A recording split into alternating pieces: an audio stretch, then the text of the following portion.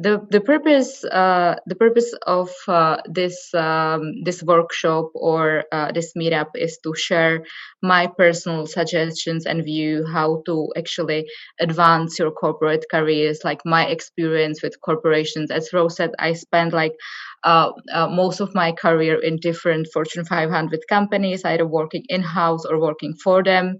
So I think that I know a thing or two how these organizations operate, and they are like particular, like different animals from anything else. And I think few things are in common and applicable across corporate world, regardless the sector you actually happen to be in. And within the spirit of Femme Palette, this is obviously going to be a mentoring style. So it is just my opinions, my suggestion, my advices, my point of view. So just take it or leave it. I think like a lot of these things are actually based on like your personal values, your aspirations. So basically, like take it or leave it. This is meant to be an inspiration and experience sharing workshop. How we are going to run this? We agreed with Rose that I would give about like 40-45 minutes presentation.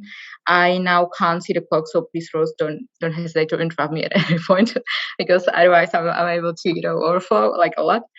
And then like last 15 minutes dedicate to a discussion. In the meantime, please do not hesitate to throw your questions in the chat and interact with what I'm saying, and we can have a discussion at the end of the session. All right. Very good.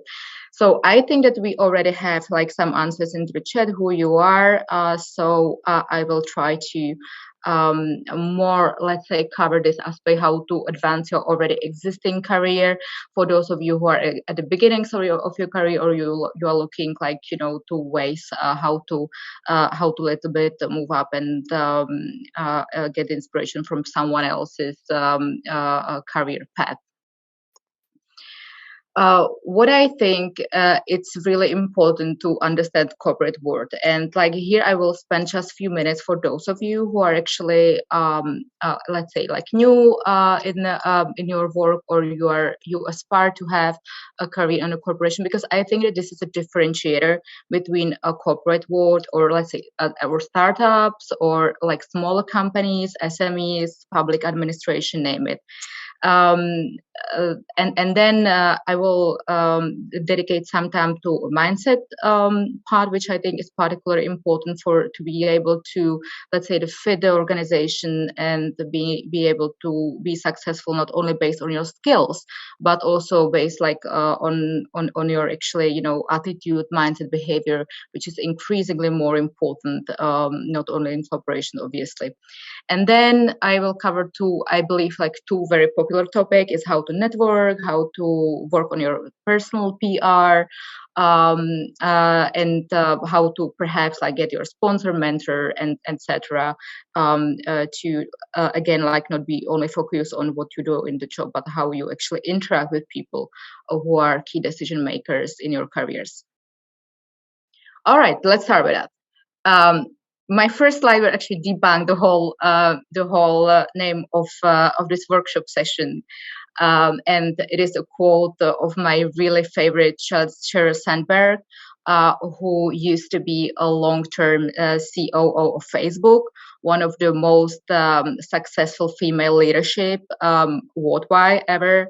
I highly recommend her book, Lean In, which she published a couple of years ago, maybe a decade ago already. And I keep recommending this to each and every of my mentees because I think it's still highly relevant. And she says that, among others, like that careers are jungle gyms, not ladder, meaning you shouldn't expect your career, especially not in the 21st century, to evolve in a very linear way. It is not like it used to be 20 years ago that you succeeded in one function, then you got a promotion, and you got a promotion. Nowadays, career is like much more colorful. I think experience, journey, it's based on most creativity and skills you build, which is actually meant by this quote. that you need to train, you need to build your muscle mass, your skills to be able to succeed, but also like enjoy your journey. So it's not only about like grow in a very linear way, like every 2 or 3 years, but also expand your skill set, which at some point of people's career may require also like to grow rather horizontally than vertically, and experience different type of functions and jobs. So I would encourage everyone like to be very open-minded, and ask yourself every now and then, and also like have a meaningful discussion with your manager, what is the best development plan for you, how you can actually use the skills you already have, or where you can actually acquire the skill set that you need for, let's say, your dream job, your aspiration, and whatever you want to achieve later in your career. So going back to understanding the corporation, and I'm mentioning these things because I really think that they tend to be a little underrated, that corporations are huge animals. They are very complex organizations. And in order to be successful, it's very important to take the time to understand. Not only master your job, your function, your professional skills, your technical skills, but also being able to play an integral role in this organization as a team player, not only as an individual player. Corporations are defined as large ecosystem with complex organizational structure. You have multiple stakeholders, multiple shareholders, multiple divisions, multiple markets usually, and this is maybe for some people it goes without saying, but I think it's still very important to have this understanding. How do I as a person and I as an employee fit into this organization, and how this organization operates, to be able to understand the logic behind. Sometimes you may think that some of the processes, let's say, don't make sense for you, but it doesn't mean that if it doesn't make sense for you, it doesn't make sense for the organization.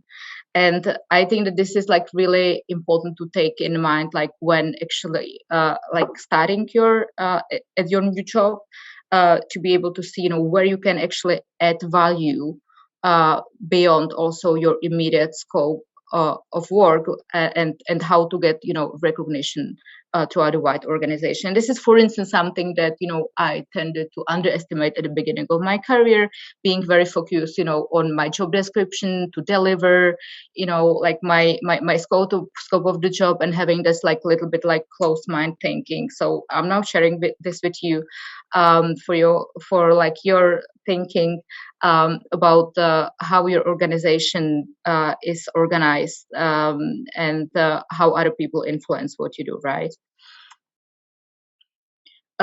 This also is very much connected to let's say this similar patterns within similar sectors. I think it really matters for you to understand how your sector operates, or whether you like it or not, because it may take a while before you actually identify something you really enjoy, you love, you're passionate about. And this is very much connected with the purpose of the job, with the industry, with the sector. One learning I made is that if you work within one sector, one industry, they tend to very much repeat similar patterns. So in case you absolutely hate how, if you, for instance, like work in FMCG, in, let's say, beverages industries, and you really don't like how the whole thing is organized, and how the business operates, it's probably there's likelihood that these patterns will be repeated like in the competitors' companies as well. So if you change the job and you go to a competitor, you're likely to basically be the same obstacles and deal with the same issues as with the previous company. So maybe for those of you who are not like particularly happy in what you're doing, I would encourage you to also explore like different, sectors, industries, to play a little bit with what you are doing. For me personally, I really found a lot of passion in healthcare. I work with I'm with MSD for now. It will be fifth year, and it's my huge passion. Every morning I wake up like with a feel that we help patients, we save people's life, we provide life-saving drugs, and this is something that really is like motivates me like every single day, and I really love it. So I think it is very much about finding what is it the right passion for you and right sector for you, that will be in the long term very motivating, not only like in 3-4 years, but in case you really want to make it high in your career. Because you are not only choosing the company but the whole system, I would say. And here are like few tips based on what I just said, is to really take your time to properly understand your corporation and operating environment, the relationships between the people, the networks, how these systems and ecosystems influence each other, to be able to identify the decision makers, to be able to identify the interactions between different stakeholders. Also, understanding the org chart and informal org chart, let's say, is a very important thing. Again, don't be just focused on what you deliver. What is your role like within the organization based on your job description, but also how do you interact with functional roles. More and more positions and functions in corporations are, as we call it, cross-functional. In the past, it used to be called supportive roles, which I don't think is a really good term, because what we see it, how it is defined, is high level of cross functionality, that you need to be able to interact with a lot of other different departments, find common language, find common purpose, and be able to run common projects, right? Get familiar with basic processes, although sometimes they can seem dull, not very enjoyable, keeping you from your purpose or job descriptions. But I think that initial time investment really helps you to accelerate in the future to be on the top of these things, especially in very complex organizations. And observe the competitors and do networking. It is not just about the people in your company, but as we said, it is about the sector, about the whole industry. First of all, people mingle. People tend to, change the companies like every now and then. So also like mind your behavior, like, because being like fiercely competitive may actually one day turn against you. So don't be really savage and don't make unnecessary enemies, and mind your language. Certain things, and this is something that I also share from my own experience. Everything can be said in a diplomatic way so that you do not offend people, and they don't take it like too personally, because you never know when they will pop up, like, in 2, 3, 10 years. It doesn't matter if it is like within company or outside of the company. So you never know who you will have to work with in 5 years. So keep it professional, and keep your like personal emotions at bay. And here I would like to touch a little bit the mindset thing, as I think it is like really key to success. This discussion is going to be about the ways of working. Every single company has a different philosophy, different objectives and different specific ways of working. And I can't stress enough how important is this for the overall culture.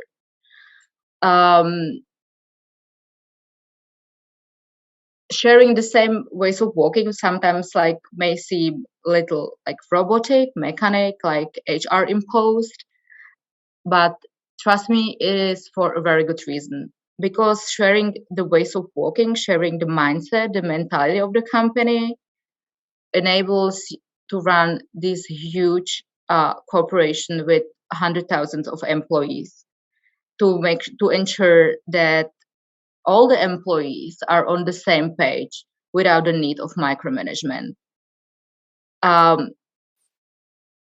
The reason behind why this is so promoted, sometimes it may seem ridiculous, but it matters very much, is that people are able to deliver in more autonomous way and work in teams within the same flow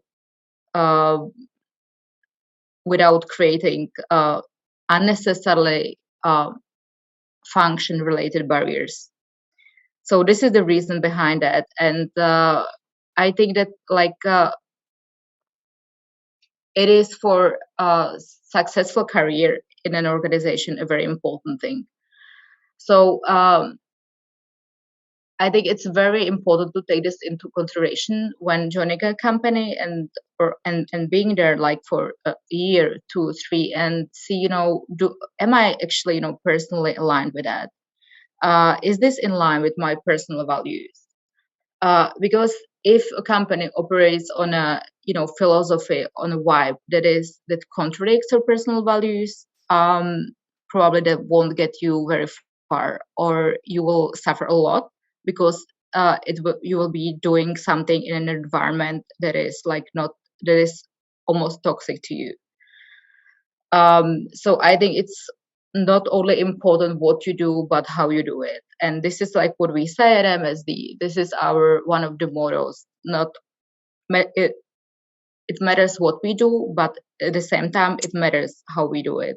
And this like shared attitude, shared values is very important. And paying attention to it and being a role model in the organization, I think, is essential for your promotion, for your future career, and for the way how you actually are perceived by senior leaders. It is also very good reflection about like this, shift from very, aggressive business attitude that used to be very common, like, I don't know, like 10, 20 years ago, to more inclusive working environment. And here, I mean, this emphasis on a very strong role of diversity and inclusion. The diversity inclusion is not only about things such as, race and gender, although these are being the most important ones, but it is also being about like accepting like other people, the way how they express themselves, how inclusive we are, because it is proven and it is evidence-based that if you have like in a team or around one table people with different views, different opinions, like different ways of thinking, it leads to better results, to be able to really understand the society, and it reflects like your customer needs, right? So that's why we really put so much emphasis on the diversity and inclusion. And I think it's like very important thing when it comes to the mindset and the way you work and collaborate with other people in the company. And when it comes to when I need to put it in like concrete tips, be constructive, offer a solution. This is, I think, like really very essential skills to a teamwork. Like dwelling like in your already defined opinion and insisting that your solution is the best probably won't lead like to best team deliverables in the long term. at the same time, don't give up and get discouraged. Meaning by, if you are turned down, for instance, like when applying for a promotion or better position, um, don't take it personally. Don't get discouraged, and try again. Try once, try twice, try 3 times, and like it is, I think, a very it says a lot also about you, from the perspective of the senior leaders, that you just don't give up easily, right? Like maybe this position is like not for you, or like this project or something, but the next maybe. And take the feedback, take really the feedback, and uh, try to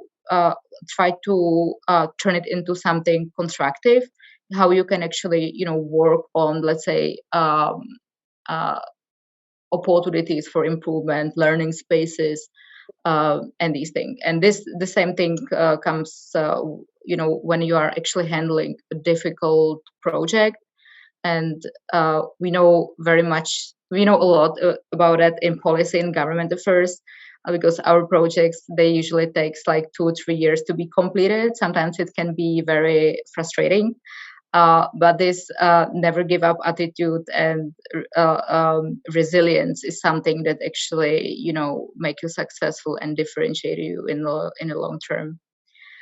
um, Avoiding toxic colleagues, um, it's I think, some, well, you cannot avoid them obviously altogether, but still steer clear as much as you can, like in your, let's say, like personal time, or um, space that is not related to the team meetings, or the necessary time you have to spend.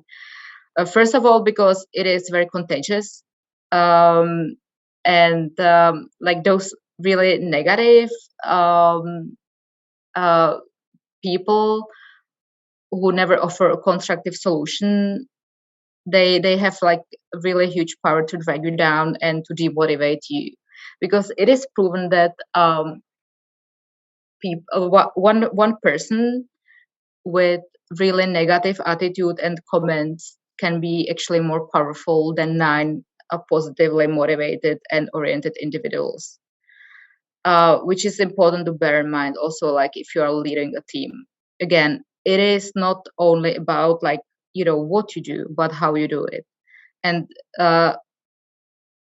creating a toxic culture within your team, or allowing it, can actually in long run be super negative for your outcomes and career. Also, prioritize long-term goals versus short-term games, I think, is a tip for a successful um, long-term career planning. Yes, and be authentic, be yourself, and don't fake. Despite everything what I just said about accepting ways of working, this corporate narrative mindset, I think you still need to keep certain level of authenticity. Being a copycat and trying to fake someone else behavior, um, is for most people not very appealing.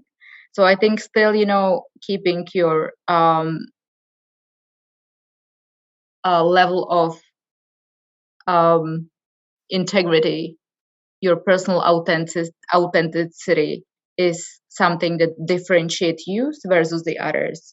So what I want to say is, don't get nervous if someone like behaves like in a different way of or has a different let's say personality. Don't try to copy someone else's personality.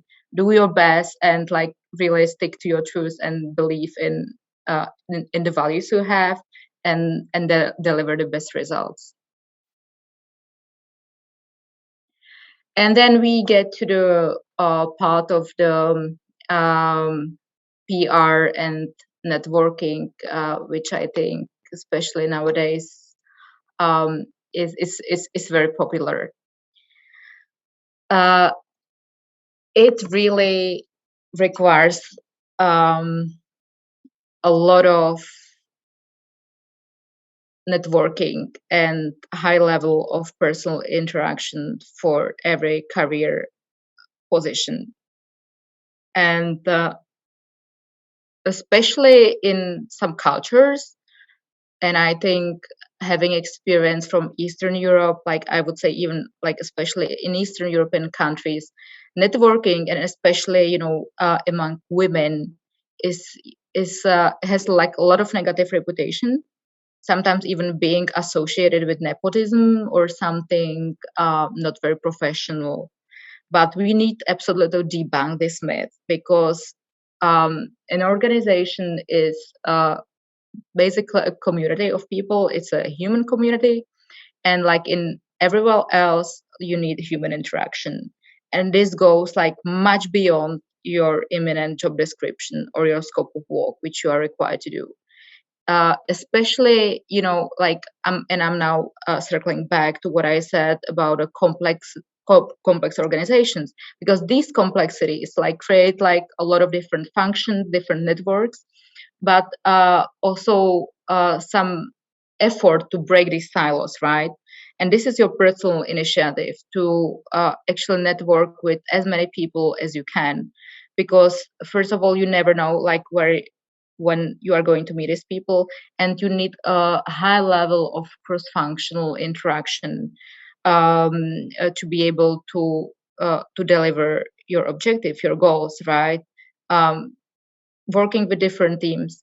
And it is proven that it is mutual beneficial for both parties, for you and people you are in touch with, so that you can also learn about like what the rest of the organization is doing, but also like share uh, what your projects are, what you are working on, a little bit promote yourself and your teams for the sake of the project success, right? Sometimes you need to pull in resources from the organization that are available somewhere else, like at HQ level, at regional level, and having these networks established with the people in the company enables you to be better advocate for your projects and for your needs, for your markets, for your regions, name it. So I would like really, I can't stress enough how important this is. And if you read like different female or male authors career tips, it is like really really really essential thing. So um, this stigmatization of networking, like I think needs to be destigmatized. And I would really encourage everyone to participate in networking events, or even create like networking opportunities on your own. Though all those like very boring corporate dinners you have at the end of the meetings and you just want to go home because you are tired and you've been talking all day long, they are important. They are still important, because only there, you can learn something very valuable about people from like personal perspective, but also like, work related perspective to be used like in your later projects, which is very much related with your personal PR. Here's my another favorite female author of a book that was published in 2013. So the guide for ambitious women. From a lady with nickname Money Penny. She used to be very popular columnist for Financial Times back then, before she wrote this very I think enjoyable book for that I would highly recommend. And she said that every woman should spend 5% of her time doing her own PR, which I really agree with. It is maybe a huge stress like to achieve 5%, but still, mind your personal PR, because you are the only person that is your best PRist. Again, because like a lot of complexities in corporate organization, corporate structure, don't expect people to be on the top of everything you are doing. It is it's really hard to, especially like from senior leadership perspective, to be able to see what everyone is working on, especially when it comes to your successes. So it is very much connected to the networking part, to the ability to share your job, your successes, what you do for the company, to be able to promote this. And it is like not selfish at all. It is basically I think something that you also do for the sake of your job and um, your team's achievements. It is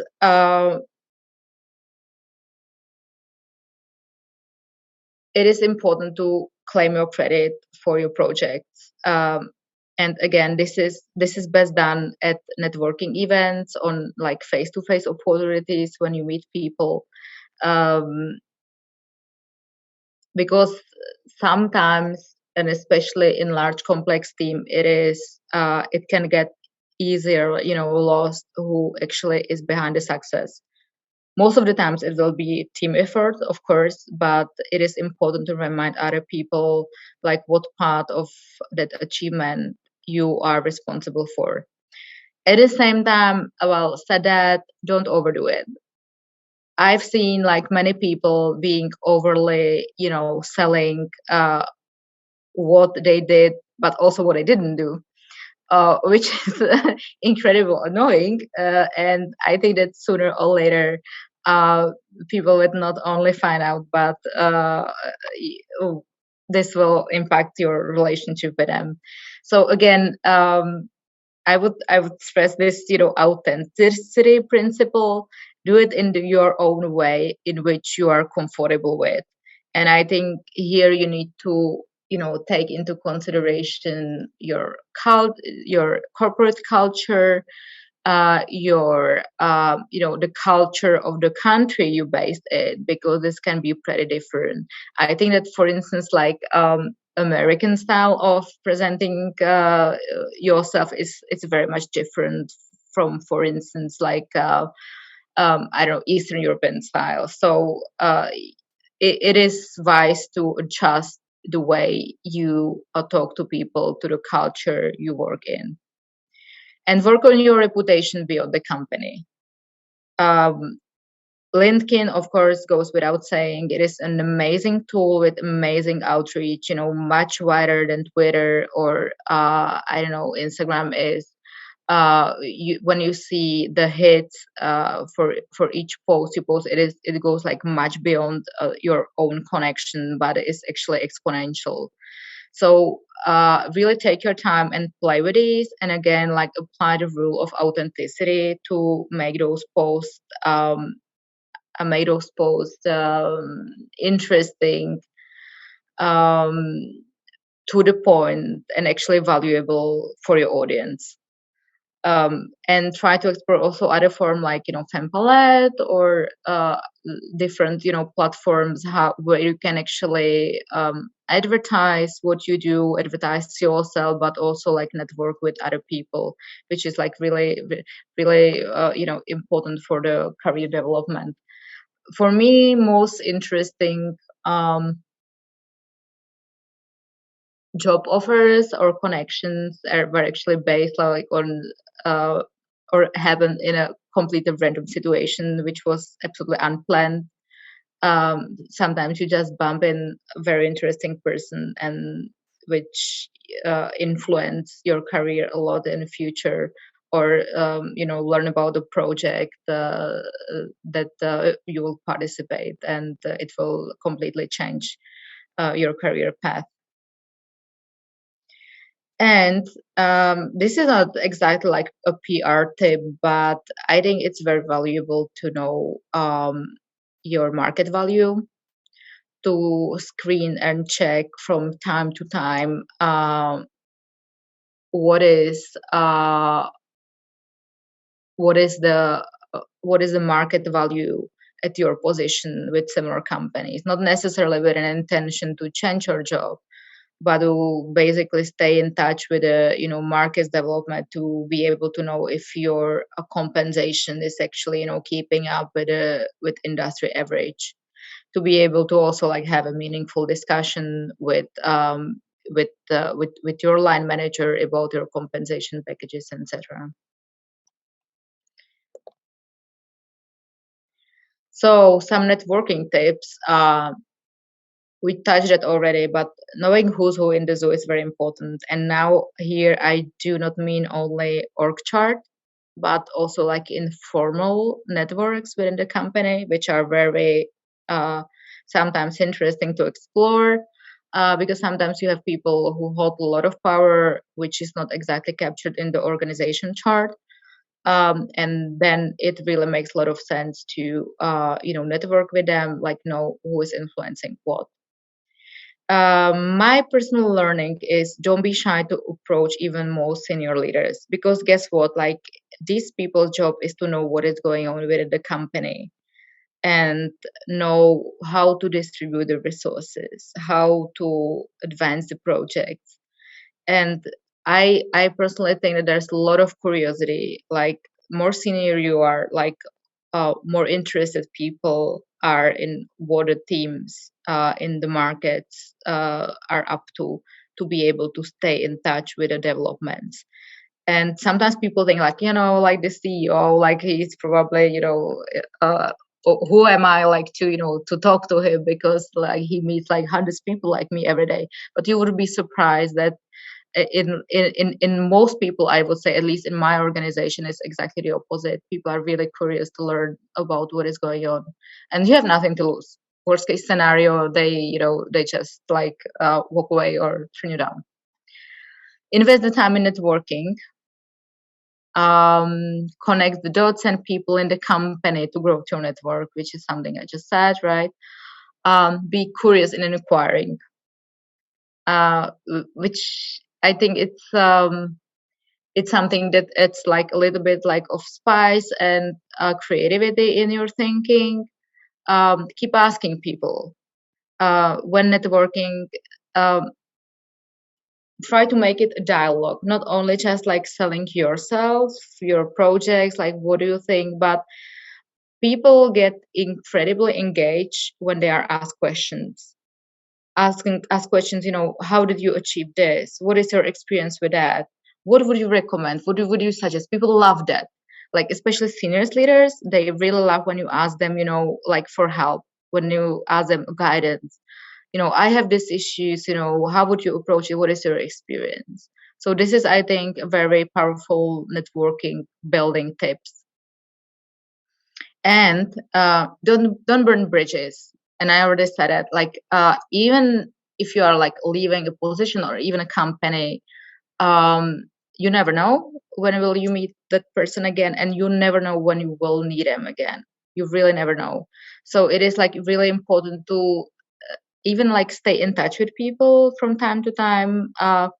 Most successful networkers I know, and I'm unfortunately not there yet myself, but they keep some list of Rolodex or something of like people they really want to keep in touch with, and they never forget like to get back to them with I don't know, like holidays wishes, or just like from time to time text each other, how are you, how is your family, and stuff, like being a little bit personal. So I think that this really pays off in long run. And I think that this is more or less like all from my side. I was also like asked to cover these questions, which I really think are relevant. Yes, internal mentorship and sponsorship. Well, how to get an internal mentor? In my organization, we have a program, and I think that more and more corporations are adopting similar approach. So that is probably the easiest way like to apply within this program. If you do not have a formalized program, uh, I think it's completely okay to approach a person, um, a leader or whoever it is, and ask them to become your mentor with like really but be specific, okay? For instance, like ask uh, 1 hour a month or 2 hours a month, like of their time with a very specific purpose, right? Not just to not just in order to have mentor as a mentor per se, but approach the person with a very specific task, saying, I'm actually struggling or working with it. I want to develop in this particular area, and that, for that sake, I need a mentor. Would you be my mentor for a year, spending an hour or two a month with these objectives? We can actually set up these very specific KPIs. Your role will be that, and ideal outcome at the end of the year will be this and that. This, I think, is a good way how to approach someone and ask for mentorship. What I think is at the same time important, if it is like internally, but maybe even more externally, you should have already some level of relationship with that person. Like going to a random person who doesn't know you and ask for mentorship is probably not the best way how to do it, especially not internally. So try to first do a little bit of networking, like touch base, and then when you have already some relationship and they know you, and they know that it will be time well spent, like come with that request. How to get a sponsor? I'm not sure if I'm a huge fan of this idea, because to some, I don't know, to some point it implies to me that that person just promotes you regardless, whatever. And I still think that your work should like speak a little bit on your behalf. I think, again, like having a right mindset and be a trusted member of the company is very helpful. I think that this sponsorship is a very specific relationship that needs to develop, and needs to be based very much on trust, mutual trust. Someone will become your sponsor when they see that you are a very talented person, very dedicated, with right mindset, and you have future in the company, because it will be, you will bring a value for the organization over long period of time. I'm not sure if you can actually, force this, like from the, being sponsored side of this relationship. I don't have much experience with that. So, yeah. And promotion and asking for pay raise.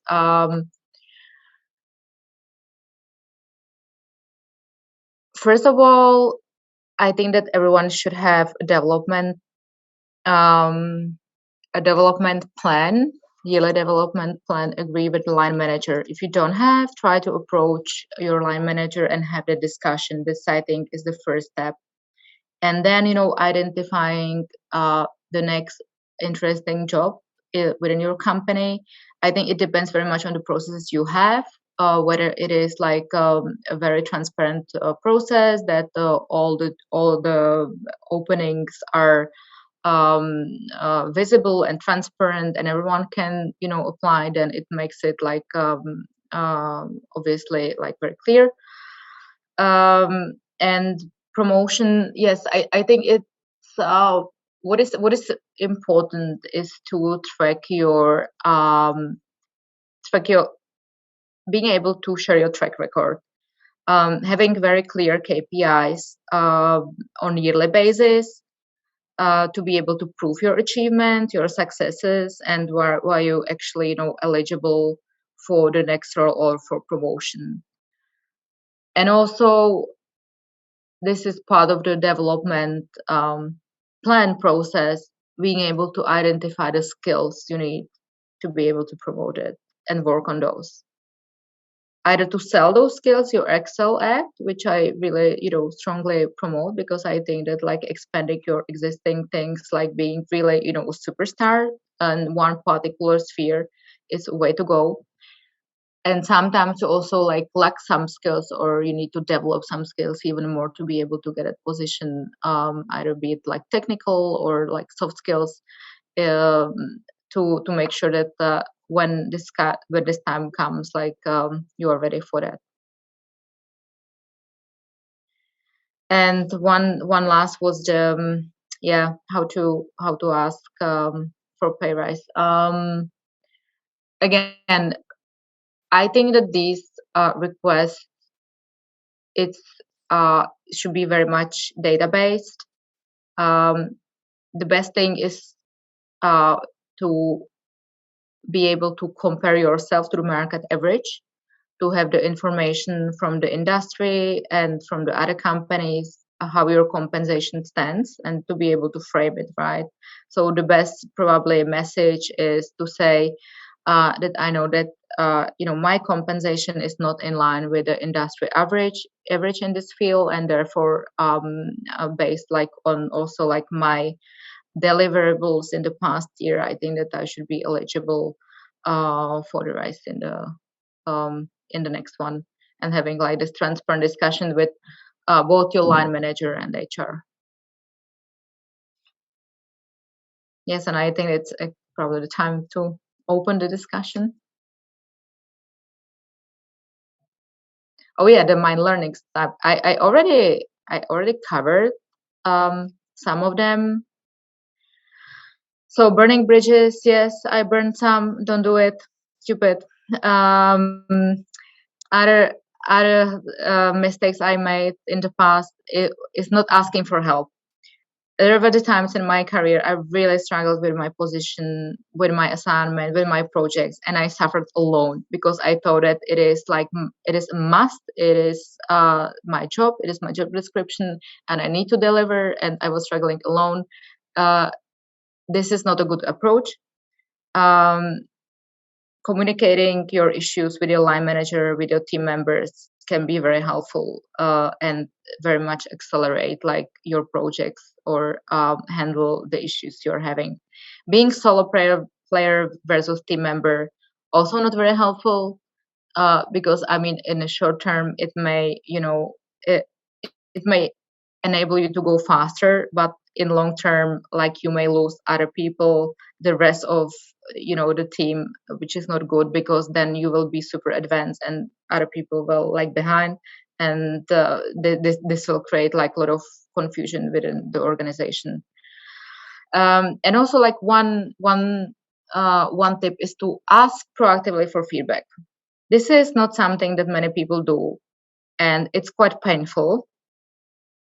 And more painful you feel, this would be more I would encourage you to do this, because like actually catching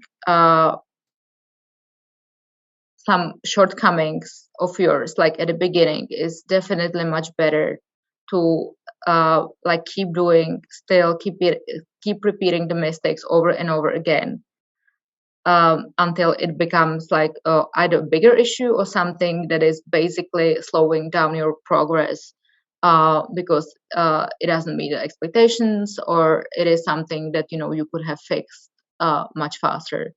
So asking for a feedback, like not only your line manager but also like your team members, cross-functional teams, is super valuable thing, and acting upon that feedback is it's very recommendable.